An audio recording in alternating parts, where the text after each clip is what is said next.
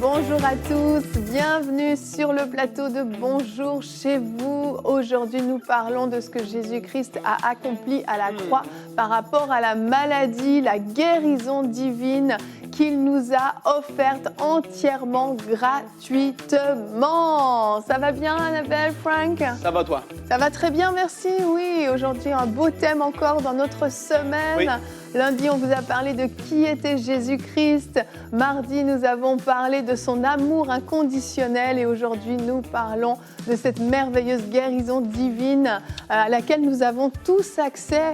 Alors peut-être que vous êtes actuellement dans une maladie, peut-être que vous venez d'apprendre un diagnostic ou au contraire, ça fait longtemps que vous luttez. Bien aujourd'hui, notre cœur, notre désir, c'est que vous soyez encouragés, que votre foi soit boostée, que vous puissiez vous saisir de cette guérison que Jésus nous a offerte à la croix. Et Frank, aujourd'hui, tu vas faire une rubrique flashback. On fait la partie 2 de Kenneth Hagin, c'est ça? Eh oui, Kenneth Hagin, on a eu la partie 1 où est-ce qu'on a vu sa naissance, tout ce qu'il a vécu en tant qu'enfant et puis comment il a donné sa vie au Seigneur. Mais là, aujourd'hui, on va se focaliser sur son appel à prier pour les malades et puis qu'est-ce qu'il a vécu avec Jésus. C'est quelque chose d'assez extraordinaire. Ouais, il a été beaucoup utilisé dans le domaine de la guérison. Ouais. Encore un beau flashback, j'ai hâte de l'entendre. Et pour l'instant, on va voir cette merveilleuse guérison, comme je le disais, que Jésus nous a acquise à la croix. Et on commence avec la pensée du jour.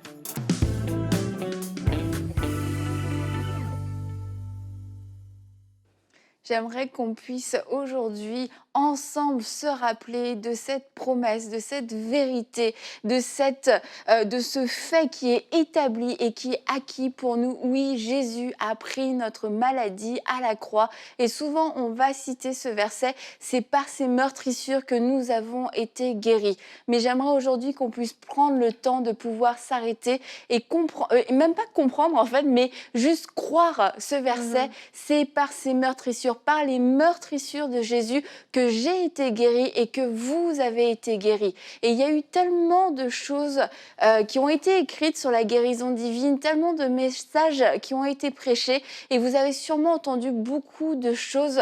Et aujourd'hui, je veux vous rappeler, Dieu peut et veut vous guérir. Et malgré tous les messages peut-être que vous avez entendus pour essayer de comprendre comment Dieu veut et peut vous guérir, je veux vous encourager à croire tout simplement, comme des enfants. Croire, voilà, c'est écrit dans la Bible et je vais m'en saisir. Je vois une maladie et je vois ce que Dieu me dit. Il me dit dans sa parole que par ses meurtrissures, j'ai été guéri. Je vois que Jésus, partout où il allait, il faisait des miracles et qu'il guérissait tous les malades. Et avec cette foi d'enfant, je veux croire à nouveau. Et peut-être, comme je disais, vous avez écouté, vous avez cru, vous avez écouté, vous avez lu beaucoup de choses et vous voulez aujourd'hui comprendre la guérison. Et je veux juste vous encourager à la recevoir. Tout simplement, recevez cette parole avec foi. Vous avez été guéris, non pas par vos propres forces, non pas par votre propre compréhension même de ce que Jésus a pu faire,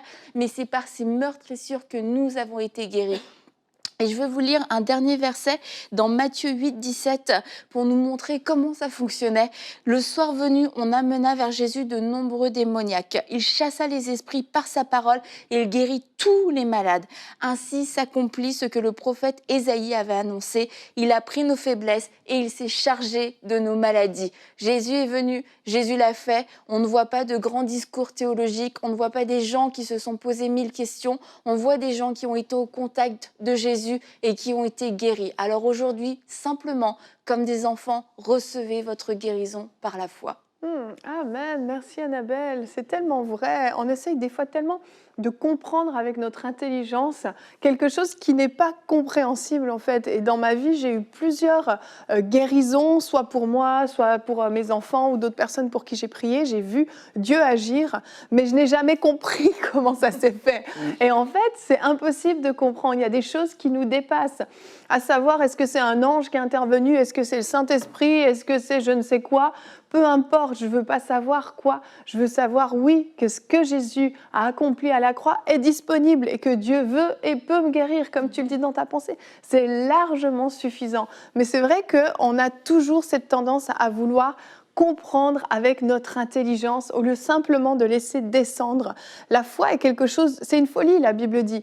Il y a des choses qui nous dépassent complètement et on peut essayer de les tordre dans tous les sens. On peut lire et lire et lire et encore, mais ça rentrera pas, on comprendra pas. Mais par contre, ce qu'on peut faire, c'est dire Saint-Esprit, ouvre mes yeux pour que je comprenne cette guérison surnaturelle, que je comprenne ce qui s'est passé, non pas avec mon cerveau, mais avec mon cœur, cette compréhension de la foi qui fait simplement que je crois ce qui est écrit. Je m'approprie ce qui est écrit pour ma propre situation. Je n'ai pas besoin de comprendre pourquoi ni comment ça s'est passé, mais j'ai besoin que ma foi soit active, que ma foi produise le miraculeux. Et notre verset du jour, Annabelle, c'est le verset clé central de ta pensée, bien entendu.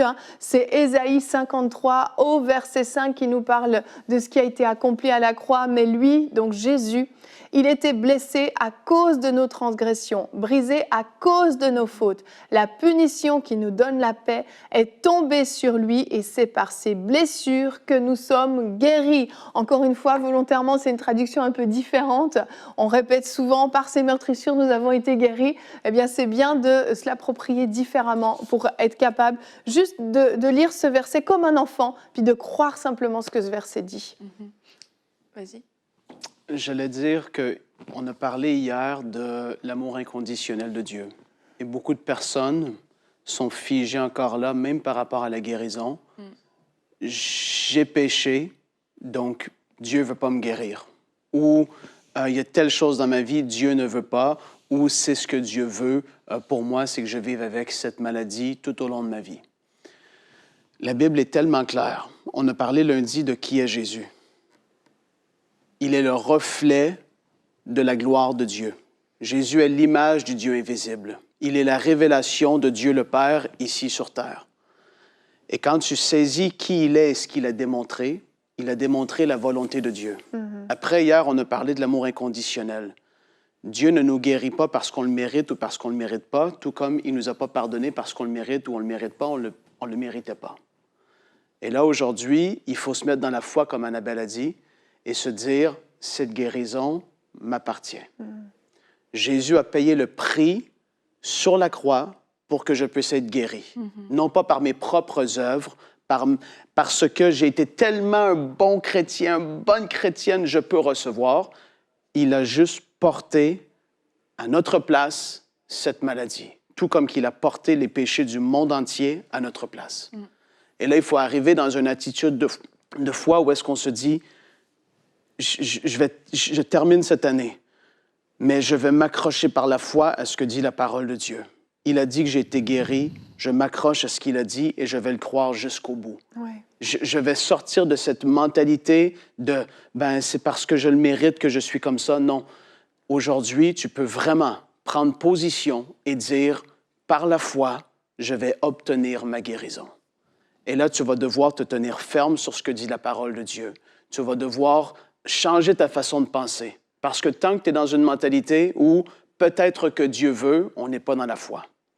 Il va falloir que tu aies écouté des enseignements, peut-être sur EMCI. On a fait tellement d'enseignements sur la guérison. Il y a tellement de séries là-dessus, la prière inspirée, une studio, etc. Mais il faut renouveler notre intelligence pour recevoir ce que Jésus nous a acquis, parce que Jésus est encore celui qui guérit aujourd'hui. Oui. Et quand on parlait de l'amour inconditionnel, on disait qu'on ne pouvait rien faire on pouvait rien faire en fait de plus ou de moins pour que Dieu nous aime plus ou moins.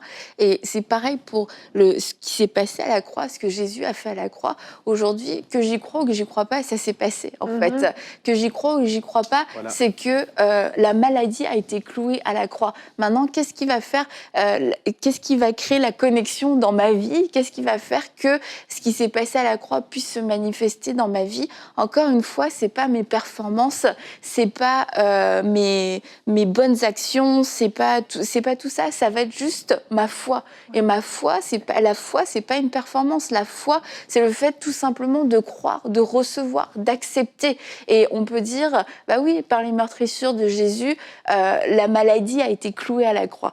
Et ça, c'est une version. Mais par les meurtrissures de Jésus, j'ai été guérie. Là, on est dans un autre... Ça me concerne, c'est pour moi, je me l'approprie. C'est pas juste Jésus qui l'a fait pour quelqu'un, c'est aussi pour moi. Et la foi, quelquefois, on se met beaucoup de pression sur qu'est-ce que la foi, etc.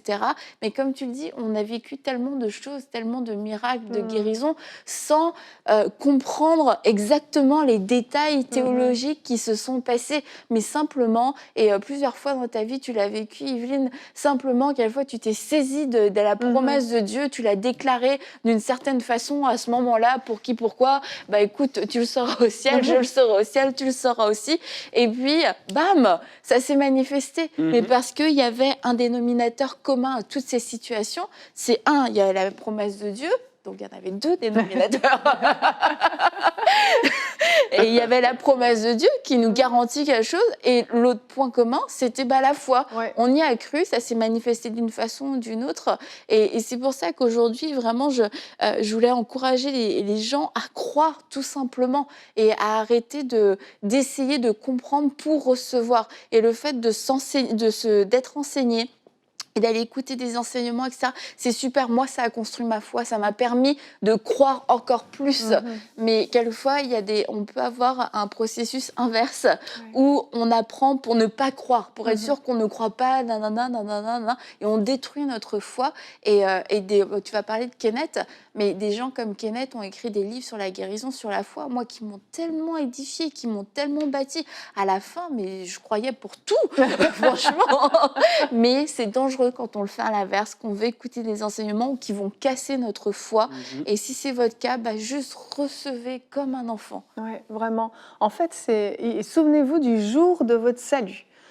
Comment tout à coup qui fait que les yeux s'ouvrent et que vous avez cru que Jésus à la croix avait porté vos péchés et qu'aujourd'hui vous pouviez devenir enfant de Dieu si vous vous repentiez et si vous donniez toute votre vie à Dieu.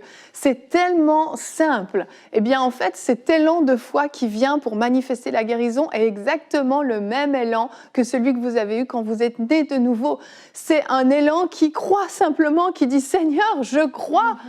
Comme vous avez crié un jour à Dieu, je te donne ma vie, vous pouvez crier aujourd'hui à Dieu, Seigneur, je reçois la guérison. C'est le même procédé en fait. Si ça marche avec le péché, ça marche avec la maladie, parce que ces choses se sont accomplies au même moment à la croix, dans le même but, le but de nous donner la vie que Dieu avait prévue pour nous, le but de nous faire rentrer dans les promesses que Dieu avait faites depuis longtemps avant, bien avant que Jésus-Christ soit sur la terre et meure à la croix. Dieu avait déjà prévu que nous puissions être guéris grâce à la croix. Et en fait, il faut simplement le croire. C'est suffisant et c'est tellement puissant. Kenneth Hagin, qu'est-ce qui est arrivé? Je l'ai raconté dans le premier flashback. Ça faisait des mois qu'il était alité. Il était jeune, il ne connaissait rien à la guérison divine et il a lu Marc 11, les versets 22 à 24. Celui qui va dire à cette montagne de se jeter dans la mer, etc. Et ça nous dit que celui qui va demander, qui croit qu'il a reçu. Et à un moment donné, il avait lu le verset et il a dit, je crois que j'ai reçu. Et puis voilà, il a commencé à dire le verset. Et il a commencé à redire le verset. Et pourtant, des mois auparavant, il avait lu ce même verset, ça n'avait produit rien en lui. Et là, un jour, il a fait « Hey, je crois que j'ai reçu. » Et tout simplement, c'est comme ça que ça s'est passé pour les yeux de mon garçon le plus vieux, pour mes 2 pieds que je m'étais brisés, pour mon dos qui était extrêmement amoché. Je prenais des anti-inflammatoires depuis des mois. Pour vous, vous avez des histoires de guérison aussi. On a vécu ça. C'est pas juste pour des histoires anciennes. Là. C'est aujourd'hui, actuellement. On a des vidéos témoignages à UMCI de ce que Dieu fait et comment Jésus guérit encore aujourd'hui. Et ce qu'on fait, c'est booster votre foi dans cette émission. Sachez-le, Dieu n'a pas changé, il le fait encore aujourd'hui et vous allez le voir dans ce flashback, il est tellement bon. On enchaîne, Frank, moi je veux t'entendre, on enchaîne avec notre rubrique flashback.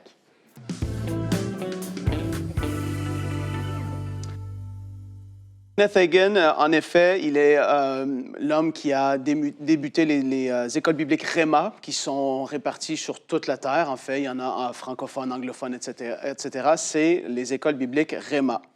Et puis là, on va reculer dans les années, on parle du début des années 1950. Il faisait une série de réunions sous un chapiteau. Il avait été pasteur depuis plus de 10 ans maintenant dans sa vie. Et puis là, il avait senti qu'il devait partir comme un prêcheur sur la route, comme un évangéliste. Et il a commencé à prêcher à droite et à gauche sous les chapiteaux. Et puis là, c'était une réunion de semaine, une réunion de prière. Il n'y avait pas forcément beaucoup de personnes qui étaient là. Et soudainement, il était là devant tout le monde, à l'avant du chapiteau, et puis il a commencé à prier et il a senti la présence de Dieu venir sur lui. Et en fait, il a regardé vers le haut, il a vu quelque chose, c'est comme il ne le voyait pas forcément avec ses yeux au tout début, mais quelque chose qui s'est formé au-dessus du chapiteau.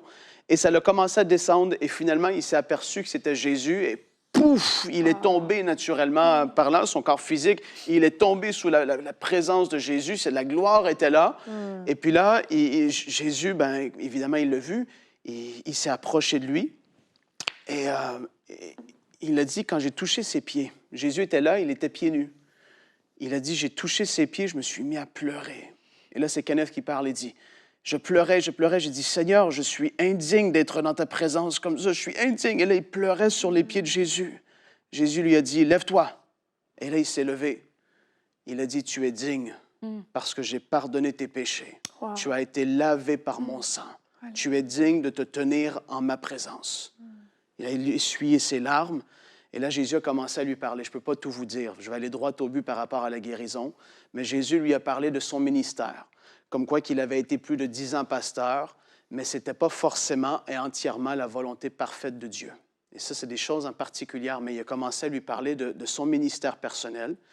Et il lui a dit, il va y avoir plusieurs phases dans ton ministère. Et là, à cette époque-là, il était dans la deuxième phase, où est-ce qu'il avait accepté l'appel de Dieu d'aller sur la route comme un prêcheur. Et puis, il lui a dit, en fait, avant que tu sois né, je t'avais appelé. Et là, Kenneth, il avait fait « Wow! » Il n'avait jamais saisi cette réalité pour sa propre vie. C'était quelque chose qu'il n'avait pas connu. Et en fait, Kenneth est allé voir sa maman après cette vision. Il lui a dit « Maman, tu sais pas ce que j'ai vécu. Jésus est venu me voir et il m'a dit qu'avant que je sois né, il m'avait appelé. » Et sa mère a sauté de sa chaise. Elle a dit « Mais c'est pas vrai! » Elle n'avait jamais dit à personne. Mais avant que Kenneth naisse, comme que je vous ai raconté dans ce premier flashback, et qu'il y ait toutes les complications à sa naissance, né prématurément, la mère de Kenneth n'avait jamais vécu quelque chose comme ça. C'était au mois d'août. Elle marchait à l'extérieur. C'était une belle journée ensoleillée. Et elle a vu quelque chose s'approcher de elle. Et en fait, elle a eu, pour la seule fois de sa vie, à ce que je sache, à ce que Kenneth a dit, une vision de Jésus. Qui lui a dit, cet enfant va naître, et il sera mon serviteur, et il va prêcher que je reviens bientôt. Et elle s'était affolée, elle était partie en courant, elle avait tellement eu peur. En fait, comme on le voit dans la parole, hein, quand les gens étaient dans la présence soit d'un ange, et évidemment de Jésus encore plus, les gens, ils sont saisis d'une crainte, et c'est surnaturel. Et puis, elle avait juste reçu ça comme parole, mais elle n'avait jamais dit à personne. Wow. Et en fait, Kenneth, lui, s'est fait dire ça par Jésus, il fait « Wow! » Et là, je reviens à la vision, quand il parlait avec Jésus, Jésus lui a dit, tu vas entrer dans différentes phases de ton ministère, mais là, maintenant, il lui a dit, écoute bien, je vais être sûr de ne pas oublier parce que c'est tellement extraordinaire. Kenneth le regardait dans les yeux, et là, il a dit, j'ai senti un amour. Il dit, la première fois que j'ai vu ses yeux, c'était comme une fontaine d'amour qui était, tu étais envahi de l'amour de Jésus, malgré qu'il lui parlait des choses sérieuses. Il a dit, quand les gens me disent, mais qu'est-ce que tu as vécu quand tu le regardais dans les yeux? Il dit, c'est l'amour. Incomprenable. C'est tellement fort. Et là, après ça, Jésus lui dit, regarde mes mains. Il a parlé, j'avance parce qu'il y a beaucoup de détails dans cette vision, mais il dit, regarde mes mains. Et là, Kenneth a dit, wow. Il a vu les trous dans les mains de Jésus. Et drôlement pour lui, il s'était dit, mais c'est drôle, quand j'allais voir les mains de Jésus, il s'était dit dans sa tête que ça allait être comme des cicatrices, comme guéri. Mais il dit non, au contraire, il y avait encore le trou. Et il dit, le trou était tellement gros que je pouvais passer mon doigt entièrement dedans. Et il a dit, quand je regardais dans le trou, je voyais une lumière intense de l'autre côté. Il dit, c'était incompréhensible. Et Jésus m'a dit, étends tes mains vers moi. Et il a fait, pfff. Et il a dit, il a pris sa main droite, Jésus, son doigt, et il a posé son doigt dans ma main droite après ma main gauche. Et quand il a posé son doigt, c'est comme si j'ai senti une chaleur extraordinaire, une chaleur, et il a dit, ouf, qu'est-ce qui se passe? Et Jésus lui a dit, quand que tu vas sentir ça, quand tu vas faire le ministère, quand tu vas prêcher, quand tu vas sentir que tes mains chauffent, c'est le temps de prier pour les malades. Et il lui a dit, tu vas poser tes mains sur chaque côté de la personne. Et là, je sais que pour beaucoup parmi vous à la maison, vous n'avez jamais entendu quelque chose comme ça. C'est un peu particulier, possiblement. Sachez que Oral Roberts, dans l'émission Héros de la foi, c'est un homme de Dieu que Dieu a utilisé au travers du monde entier dans les États-Unis. Oral Roberts avait reçu aussi une parole de Jésus comme ça un soir lorsqu'il priait et il cherchait la face de Dieu pour vivre la puissance de Dieu encore plus grandement. Jésus lui avait dit, « Oral, quand tu vas sentir ma puissance dans ta main droite, c'est alors que tu devras prier pour les malades. » Dieu utilise comme ça, comme si je peux le dire, des signes ou donne des capacités à des hommes de Dieu comme ça, des femmes de Dieu, de pouvoir exercer le ministère et que ce soit très, très efficace. Et là, Kenneth, Jésus a dit à Kenneth, tu vas mettre tes mains sur chaque côté. Et si tu sens que d'un côté, ça chauffe et que de l'autre côté, ça chauffe et que ça l'arrête et que ça va d'une main à l'autre, c'est qu'il y a la présence d'un mauvais esprit et que cette personne-là doit être guérie en chassant le mauvais esprit parce que la maladie est causée comme ça. Et si ça ne fait pas ça, c'est juste une cause naturelle de maladie et tu pries par la foi en mon nom. Et si la personne croit et reçoit, tu vas sentir quelque chose, fouf, comme Jésus avait senti une puissance sortir de lui lorsque cette dame atteinte de la perte de sang avait saisi le bord du vêtement de Jésus. Il a dit, tu vas sentir et la personne va recevoir la guérison. Et là, je te donne une anecdote personnelle. J'ai connu un homme qui aujourd'hui est parti auprès du Seigneur. Il venait à mon église locale et il avait entendu parler de Kenneth Hagin dans les années 1980. Et il était allé à une réunion de Kenneth Hagin aux États-Unis. Je crois que c'était dans le nord-est des États-Unis. Et puis Kenneth Hagin prêchait. Et cet homme était là physiquement à la réunion. Et il avait des gros problèmes au niveau des yeux, très, très gros. Et Kenneth avait arrêté d'enseigner. Il a dit, je dois prier pour les malades. Je sens la présence de Dieu dans mes mains. Maintenant, tout le monde qui a besoin de guérison, avancez-vous. Le monsieur s'était avancé. Il n'a rien dit. Kenneth a posé ses mains. Et il a été projeté. Ouf, la puissance de Dieu s'est manifestée à l'intérieur de lui. Il a enlevé ses lunettes et immédiatement, la guérison s'était manifestée. Alléluia. Il avait dit, et ça c'est l'homme que je connais personnellement, qui est parti au Seigneur aujourd'hui. Il a dit, les mains étaient rouges, rouges, rouges. Il m'avait dit, Frank, quand il a mis ses mains sur moi, les mains étaient rouges. J'ai senti la puissance de Dieu comme ça. Et il a été entièrement guéri au niveau des yeux. Ce n'est pas des blagues ce qu'on dit, c'est des réalités. Et donc, Kenneth a reçu ce commandement de Jésus, et puis, croyez-le ou pas, il a dit, et il s'est mis à pleurer, il a dit, Jésus, non, pas moi, s'il te plaît, pas moi, je veux avoir une église locale, une petite église locale, un ministère classique, je veux avoir un ministère normal. J'ai entendu comment les gens parlent de ceux qui prient pour les malades, comment ils se font persécuter, en voulant dire que les prêcheurs qui priaient pour les malades à cette époque-là se faisaient moquer d'eux, et encore aujourd'hui, ça peut être le cas. Il a dit, je veux un ministère normal. Elle a écouté ce que Jésus lui a répondu. Jésus lui dit, Kenneth, je vais y aller avec toi et je serai à tes côtés alors que tu prieras pour les malades. Et plusieurs fois, tu me verras de tes yeux lorsque tu vas exercer le ministère. Et même de manière occasionnelle, je vais aussi ouvrir les yeux de certaines personnes dans les réunions pour qu'ils disent qu'ils m'ont vu à côté de toi alors que tu vas prier pour les malades. Et là, Jésus, écoutez qu'est-ce qu'il lui a dit. Kenneth, après lui avoir dit ça, qui t'a appelé, moi ou les hommes? Kenneth a dit, toi, Seigneur. Jésus lui a dit, ne crains pas les hommes, crains-moi.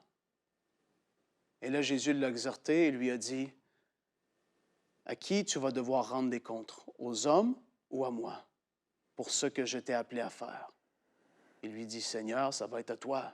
Et là, Jésus lui a exhorté dans cette direction en voulant dire, ne crains pas les hommes et ce qu'ils vont dire, je te demande de faire cela. Maintenant, tu vas y aller. » Il lui a aussi dit, « Fais très attention. » Et ça, c'est Jésus qui parle à Kenneth. « Beaucoup de personnes vont venir vers toi et voudront t'offrir de l'argent pour recevoir la guérison, parce qu'ils verront ma puissance se manifester. » Il a dit, beaucoup de parents donneraient des milliers de dollars pour voir leurs enfants être guéris. Il dit, fais attention de ne jamais accepter de l'argent, ni pour une délivrance, ni pour prier pour les malades. Kenneth a dit, oui, Seigneur, j'ai compris. Après ça, Kenneth est parti. Et pour la première fois de sa vie, il a exercé le ministère dans une réunion. Et je dois aller très rapidement maintenant. Un homme s'est avancé qui avait le dos tellement rigide, la colonne vertébrale tellement rigide parce qu'il avait été atteint d'une maladie et ça l'avait figé son dos. Il ne pouvait plus se pencher. Et Kenneth a posé ses mains sur cet homme. Et il a senti la chaleur ou cette sensation d'une main à l'autre. Et là, il a dit, « Au nom de Jésus, je te commande, sors de lui! » Et là, il ne se passe rien. Et là, il a regardé l'homme et il a dit, « Essaie voir si tu es capable de peut-être te pencher. » Et Kenneth, après, il en a parlé en riant, mais il a dit, « J'étais complètement dans l'incrédulité. » Je n'étais pas dans la foi, comme Annabelle nous a exhorté à l'être. Il a dit, « J'étais dans l'incrédulité. » J'ai dit, « Essaie voir si peut-être que tu vois. » Et l'homme a, « Non, c'est pareil. » Il a prié une autre fois pour lui. « Sors de lui! » Parce qu'il savait à cause de la sensation. Et là, il a dit, « J'ai fait 3 fois. » Et j'ai dit à l'homme, « Ben, à la prochaine. » Il est allé à la prochaine personne et la personne est retournée à sa place. Écoutez, qu'est-ce qui s'est passé?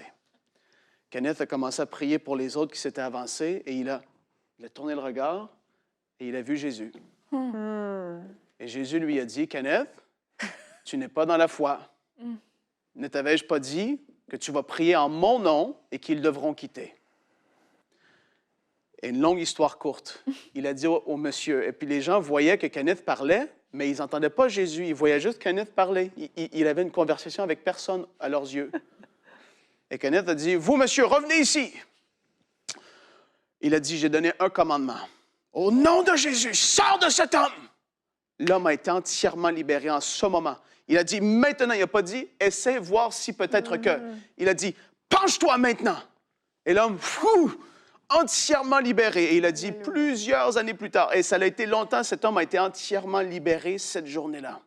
Mais en fait, il exerçait le ministère, non pas dans la foi, mais dans l'incrédulité. Et ça peut arriver à nous tous, et il en est un exemple. Il y a juste Jésus qui a été parfait. Aujourd'hui, on vous encourage dans votre marche dans la foi, même si vous avez essayé de prier pour votre guérison, pour la guérison de quelqu'un d'autre et que ça n'a, entre guillemets, pas marché. Souvenez-vous des paroles de Jésus dans la parole. Qu'est-ce qu'il a dit? Il a dit, « En mon nom, ils chasseront des démons. En mon nom, ils imposeront les mains aux malades et peut-être les malades seront guéris. » Non, il a dit, « Les malades seront guéris. » Aujourd'hui, il faut être sérieux dans notre démarche de foi et se dire, peut-être que j'ai eu des échecs. Mais comme Kenneth le fait, il s'est, entre guillemets, réessayé. Et la victoire s'est manifestée. Sachez-le, Dieu le fait pour lui, ce n'est pas parce qu'il est spécial. Dieu ne fait exception de personne.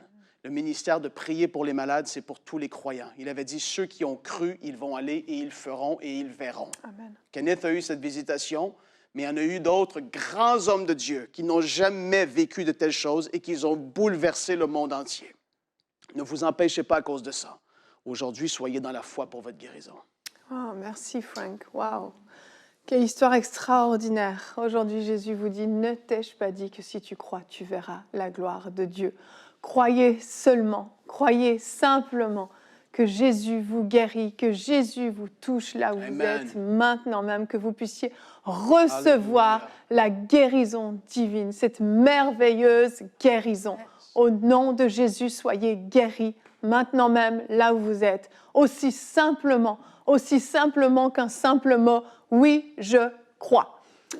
Waouh, il y aurait tellement à dire encore. On va se laisser. Notre émission est déjà arrivée à son terme. Frank, merci, c'était magnifique. Merci pour le travail. Je sais que c'est très long à préparer ces flashbacks. Ça dure juste 12 minutes, mais ça prend plus de 12 minutes à préparer. Et si vous avez aimé cette rubrique, n'hésitez pas à le dire en commentaire. Et surtout, si vous avez vécu une touche de Dieu, Venez témoigner, allez sur mcitv.com/témoignage et remplissez le formulaire pour rendre gloire à Dieu. On se retrouve demain, notre thème sera Jésus-Christ est ton avocat. Nous avons un avocat auprès du Père et cet avocat c'est Jésus-Christ et on en parle demain dans Bonjour chez vous.